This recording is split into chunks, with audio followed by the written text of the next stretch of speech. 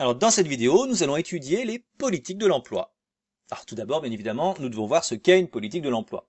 Et bien en fait, cela correspond tout simplement à l'ensemble des mesures mises en œuvre par les administrations publiques dans le but d'accroître l'emploi et de réduire le chômage. Autrement dit, s'arranger pour que toutes les personnes qui recherchent un travail en trouvent un. D'un côté, ça permet de lutter contre la précarité. On rappelle que la précarité, en fait, ça concerne toutes les formes d'emploi instables, CDD, intérim, stage, contrat aidé, etc., qui bien évidemment peut avoir des conséquences en termes de pouvoir d'achat. Et d'un autre côté, ça permet également de lutter contre la pauvreté. On rappelle que la pauvreté, c'est en fait tout simplement quand le niveau de vie d'un ménage est inférieur à 60% du revenu médian. Pour information, en France, grosso modo, c'est un peu plus de 1000 euros pour une personne seule. Une personne seule qui gagne 1000 euros environ, voire moins, est économiquement considérée comme pauvre.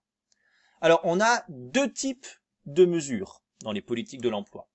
Alors, on a déjà les mesures générales. Les mesures générales, en fait, elles vont bénéficier à l'ensemble des salariés, quelles que soient leurs caractéristiques individuelles. Autrement dit, qu'elles soient jeunes, qu'elles soient âgées, qu'elles soient handicapées ou non, etc. Bien évidemment, il faut qu'ils soient à la recherche d'un travail ou qu'ils en occupent un, mais qu'ils soient menacés. Alors, comme exemple de mesure générale, on peut prendre le pacte de responsabilité en 2015. À cette époque, donc, on a décidé une exonération des cotisations patronales pour les salaires au niveau du SMIC et une baisse des cotisations patronales sur les salaires jusqu'à 1,6 fois le SMIC. Alors concrètement, ça veut dire quoi? Ça veut simplement dire que si on est une entreprise et qu'on envisage d'embaucher des travailleurs à un niveau du SMIC ou proche du SMIC, on va verser moins de cotisations sociales. Alors bien évidemment, c'est intéressant pour l'entreprise d'un point de vue financier, puisque du coup, ça va accroître de notre côté sa rentabilité, et c'est intéressant du côté des ménages, puisqu'ils pourront plus facilement être embauchés. En 2019, le CICE donc est supprimé et remplacé par un allègement de cotisations sociales patronales sur les bas salaires. Là, c'est exactement la même chose. C'est une incitation donc pour embaucher les individus qui, bien évidemment, dans le cas présent, sont peu qualifiés, puisqu'ils perçoivent des bas salaires. Alors, complémentairement aux mesures générales, on a des mesures dites ciblées. Les mesures ciblées, ce sont en fait des dispositifs qui vont bénéficier à des catégories particulières. Ça peut être des jeunes, des chômeurs de longue durée, des seniors, des personnes handicapées. Alors, ce qui est très bien, c'est que d'un point de vue économique, ça va leur permettre de retrouver un job, et d'un point de vue social, ça permet bien évidemment de lutter contre un certain nombre de discriminations. On pense par exemple au CIE, donc le contrat à initiative emploi, qui vise à aider les personnes de moins de 30 ans qui ont des difficultés d'insertion professionnelle. Alors attention, ça ne concerne pas toutes les personnes de moins de 30 ans.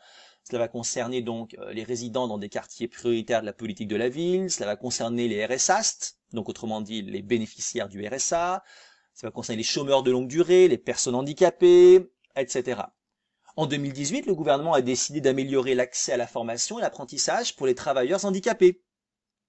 Pour mémoire, il faut quand même savoir que les entreprises de plus de 20 salariés ont l'obligation légale d'avoir 6% de travailleurs handicapés en fait dans leurs effectifs.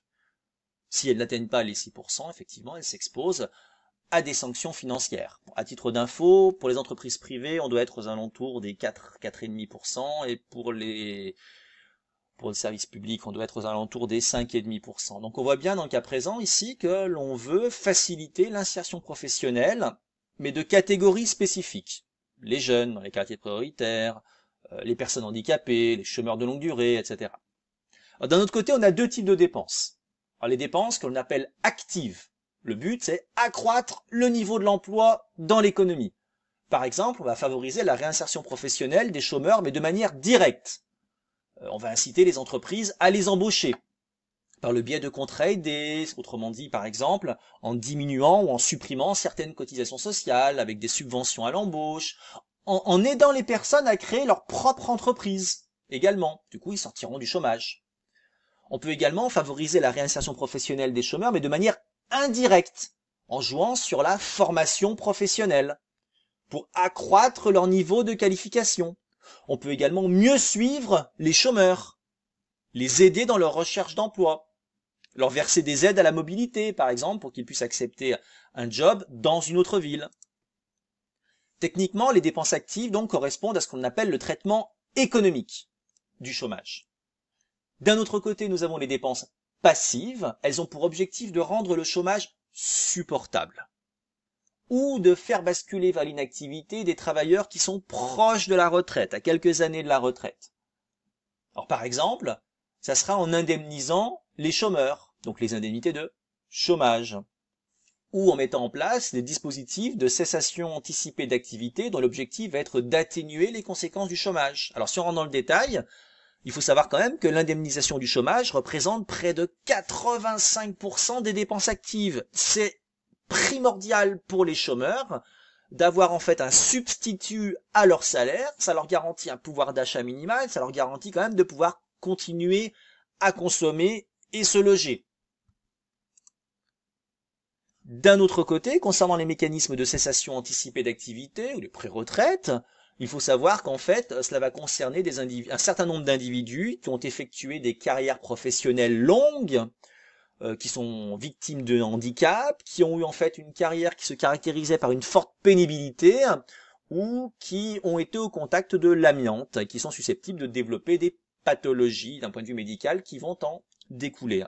Donc dans le cas présent, on voit qu'en fait les dépenses passives correspondent essentiellement au versement d'indemnités aux chômeurs, mais que l'on a également un système qui se met en place et qui permet de faire basculer petit à petit vers l'inactivité des personnes qui sont en fin de carrière en fait et qui pourraient très facilement basculer en fait dans le chômage.